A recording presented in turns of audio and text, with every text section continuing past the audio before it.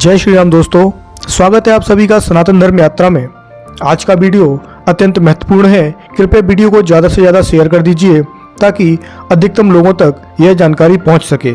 आज के वीडियो में हम झंडू जर्नी के एक वीडियो की पोल खोलेंगे जिसमें उसने और उसके साथी भ्रमित कवाली ने वेदों में मांसाहार दिखाया है और यह कहने का प्रयास किया है कि वेदों के अनुसार हर एक सनातनी को गौ मांस का भक्षण आवश्यक है। तो आज हम वीडियो में यही जानने का प्रयास करेंगे कि क्या वेद यज्ञों में पशु बलि की आज्ञा देते हैं या फिर मांस भक्षण की अनुमति देते हैं। इस वीडियो को शुरू करने से पहले मैं आपको बता दूं कि यह गजपूत झंडू जर्नी अपने वीडियो में वेदों से या ऐत्रेय ब्राह्मण और शतपथ ब्राह्मण से कोई श्लोक नहीं दिखाता, अपितु किसी व्यक्ति द्वारा लिखी गई किताब का रेफरेंस देता है और बताता है कि वेदों में गौ हत्या और गौ मांस का सेवन जरूरी है। अब आइए बात करते हैं कि क्या वेदों में ऐसा लिखा है या वेद ऐसी कोई अनुमति देते हैं। दोस्तों, इस वीडियो को हम 4 चैप्टर में कंप्लीट करेंगे। चैप्टर नंबर 1, वेदों में मांस भक्षण की बात कैसे आई। चैप्टर नंबर 2, वेदों में क्या मांस भक्षण का विधान है।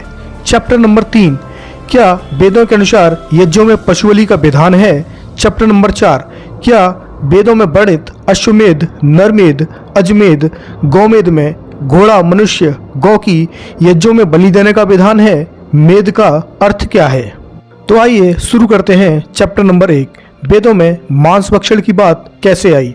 दोस्तों, इस भ्रांति के फैलने के कुछ मुख्य कारण हैं। जैसे सर्वप्रथम तो पाश्चात्य विद्वानों जैसे मैक्समुलर और ग्रिफिथ आदि द्वारा यज्ञों में पशु बलि, मांसाहार आदि का विधान मानना। द्वितीय, मध्यकाल के आचार्यों जैसे शायन, महिधर आदि का यज्ञों में पशु बलि का समर्थन करना। तीसरा, ईसाइयों, मुसलमानों आदि द्वारा मांस भक्षण के समर्थन में वेदों को साक्षी मानना। चौथा, साम्यवादी अथवा नास्तिक विचारधारा के समर्थकों द्वारा सुनी सुनाई बातों को बिना जांचे बार बार रटना। किसी भी सिद्धांत अथवा किसी भी तथ्य को आंख बंद कर मान लेना बुद्धिमान लोगों का लक्षण नहीं है। हम वेदों के सिद्धांत की परीक्षा वेदों को साक्षी मानकर करेंगे जिससे कि हमारी भ्रांति का निराकरण हो सके। चैप्टर नंबर 2, क्या वेदों में मांस भक्षण का विधान है। दोस्तों, वेदों में मांस भक्षण का स्पष्ट निषेध किया गया है। अनेक वेद मंत्र में स्पष्ट है कि कोई भी प्राणी किसी भी प्राणी को मारकर नहीं खा सकता। यजुर्वेद के प्रथम अध्याय का प्रथम मंत्र देखिए, इसे त्वर्जे त्वा वायव इष्ट देवो वा सविता प्रापर्त्यु श्रेष्ठतमाय कर्मण आप्याय ध्वमग्न्य इंद्राय भाग प्रजावतीर्नमिता ऐच्छमा वस्तेन ईशत माघस स्वध्रुवा अस्मिन् गोपतोष्यात बहिर्जामनस्य पशुन पाही।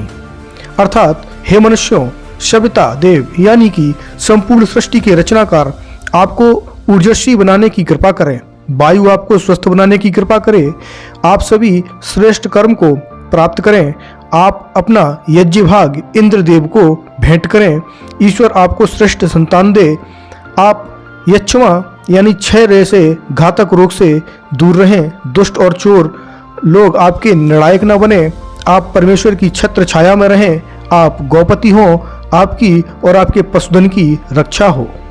यजुर्वेद के अध्याय 40 का 7वां मंत्र देखिए, यस्मिन् सर्वाणि भूतान्याश्मेवा भून्द जानत तत्र को मोहा का शोक एकत्व मन पश्यता। अर्थात, जिस स्थिति में मनुष्य यह जान लेता है कि सभी भूतों यानी सभी प्राणियों में एक ही आत्म तत्व है और अपने समान ही दूसरों के प्रति व्यवहार करता है, तो उसे क्या मोह क्या शोक, उसे सर्वत्र एक जैसी स्थिति ही दिखाई देती है। इन 2 मंत्रों में आपने देखा कि वेद सभी की रक्षा की कामना करते हैं, आप सभी को एक समान मानने का उपदेश दे रहे हैं, चाहे मनुष्य हो या पशु। इसी प्रकार अथर्ववेद के अध्याय नंबर 6 के 140वें सूक्त का मंत्र संख्या 2 देखिए, ब्रीहिमत्तम यवमत्त मथो माश मथो तिलम ऐसमा भागो निहितो रत्नधेयाय दंतोमा हिशिष्टम पितरम मातरम चा। अर्थात, माता पिता दांत निकलने पर बालक को चावल, जौ आदि से सामान्य अन्न और फिर अधिक पौष्टिक उड़द आदि और चिकने तिल आदि खिलाएं, जिससे बालक पुष्ट होकर माता पिता को सुख देवें और उन्नति करें। उसके बाद अथर्ववेद का 8वें अध्याय का सूक्त 6 का 23वां मंत्र देखिए। या आम मास मदंती पौर्षेयम चा ए रवि गर्भाखादंती केशवांत नितो नाशम मसी, अर्थात ये जो कच्चे मांस को खाते हैं, पुरुष का मांस खाते हैं और गर्भ अथवा भ्रूण को खाते हैं, क्लेश करते हैं, उनका नाश हो। अथर्ववेद का अध्याय 10वें सूक्त 1 का 29वां मंत्र देखिए। अनागोहत्या वैभीमा कृत्य मानो गावश्वम पुरुष बधि यत्र यत्राशी निहिता तत्व स्तोपायमसी प्राणाल धियसी भव, अर्थात ये हिंसा क्रिया निर्दोषों की हत्या गौहत्या अवश्य ही भयानक है। हमारी गौ घोड़े और पुरुष को मत मार, जहाँ जहाँ तू रखी गई है वहाँ से तुझको हम उठाए देते हैं, तू पत्ते से भी अधिक हल्की हो जा। आप इन मंत्रों से समझ गए होंगे कि वेद सभी की सुरक्षा की कामना कर रहे हैं और मांस इत्यादि के सेवन का विरोध कर रहे हैं। क्या आपको अभी भी लगता है कि वेद मांस भक्षण को सही ठहराते हैं? कृपया अपना उत्तर कमेंट बॉक्स में अवश्य दें।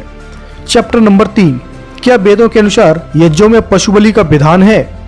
तो दोस्तों, वेदों में यज्ञों में पशु बलि के विरोध में अनेक मंत्रों का विधान है। जैसे कि वेदों में यज्ञों के विषय में अध्वर शब्द का प्रयोग वेद मंत्रों में हुआ है, जिसका अर्थ निरुक्त के अनुसार हिंसा रहित कर्म होता है।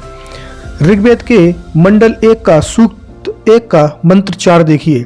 अग्नेय यज्ञ मंधरम विश्रत परिभूरसी स इद वेदेषु गच्छति, अर्थात हे परमेश्वर, आप सर्वत्र व्याप्त होकर जिस हिंसा रहित विद्या आदि पदार्थों के दान रूप यज्ञ को सर्वत्र व्याप्त होकर सब प्रकार से पालन करने वाले हैं, वही यज्ञ विद्वानों के बीच में फैलकर जगत को सुख प्राप्त करता है।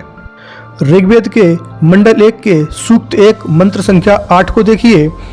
राजंत मनध्वरा गोपा मृतस्य दिदिभिम वर्धमानम स्वेदमी, अर्थात हम लोग अपने उस परम आनंद पद में, जिसमें बड़े बड़े दुखों से छूटकर मोक्ष सुख को प्राप्त हुए पुरुष रमण करते हैं, सबसे बड़ा प्रकाश स्वरूप हिंसा रहित यज्ञ आदि अच्छे अच्छे कर्म धार्मिक मनुष्यों के रक्षक सत्य विद्या युक्त चारों वेदों और कार्य जगत के अनादि के कारण प्रकाश करने वाले परमेश्वर को उपासना योग प्राप्त होते हैं। इसी प्रकार ऋग्वेद के अध्याय 1 के 14वें मंडल के 21वें मंत्र, अध्याय 1 के 19वें मंडल के पहला मंत्र, अध्याय 1 के 128वें मंडल के चौथा मंत्र, अध्याय 3 के 21वें मंडल के पहला मंत्र, सामवेद के दूसरे अध्याय के चौथे सूक्त के दूसरा मंत्र, अथर्ववेद के पहले अध्याय के चौथे सूक्त के दूसरा मंत्र और चौथे अध्याय के 24वें सूक्त के तीसरे आदि मंत्र भी देखिए। चैप्टर नंबर 4, क्या वेदों में वर्णित अश्वमेध, नरमेध, अजमेध, गौमेध में घोड़ा, मनुष्य, गौ की यज्ञों में बलि देने का विधान है?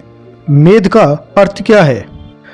मेध शब्द का अर्थ हिंसा नहीं है, अपितु मेध शब्द के 3 अर्थ हैं। मेधा अथवा शुद्ध बुद्धि को बढ़ाना, लोगों में एकता अथवा प्रेम बढ़ाना, और तीसरा हिंसा। जब यज्ञ को अध्वर अर्थात हिंसा रहित कहा गया है, तो उसके संदर्भ में मेध का अर्थ हिंसा ही क्यों लिया जाए? ऐसा करना सिर्फ मूर्खता है और कुछ नहीं। अश्वमेध का अर्थ यज्ञ में घोड़े की बलि देना नहीं, अपितु सतपथ ब्राह्मण अध्याय 13 मंडल 1 सूक्त 6 के तीसरे मंत्र के अनुसार राष्ट्रम व अश्वमेध वीर्यम व अश्वा, अर्थात हमारा राष्ट्र और घोड़े वीरवान और गौरवशाली बने। इसी प्रकार सतपथ ब्राह्मण 13:2-2-3 के अनुसार राष्ट्र के गौरव, कल्याण और विकास के लिए किए जाने वाले यज्ञ को अश्वमेध कहा जाता है। उसी प्रकार गौमेध में गौ की हत्या नहीं, अपितु पृथ्वी को पवित्र रखना, क्योंकि गौ का एक अर्थ पृथ्वी भी है। नरमेध का अर्थ मनुष्य की बलि नहीं, अपितु मनुष्य की मृत्यु के पश्चात उसके शरीर का वैदिक रीति रिवाज से दाह संस्कार करना नरमेध है। मनुष्यों को उत्तम कार्यों के लिए प्रशिक्षित एवं संगठित करना नरमेध या पुरुषमेध या नृमेध यज्ञ कहलाता है। अजमेध का अर्थ बकरी आदि की बलि नहीं, अपितु अज कहते हैं बीज, अनाज या धान आदि कृषि की पैदावार बढ़ाना। अजमेध का सीमित अर्थ अग्निहोत्र में धान आदि की आहुति देना है। तो दोस्तों, यह जानकारी आपको कैसी लगी कृपया कमेंट बॉक्स में बताइए। बने रहिए सनातन धर्म यात्रा के साथ और लेते रहिए रोचक एवं धार्मिक जानकारियां प्रमाणों के साथ। धन्यवाद। जय श्री राम।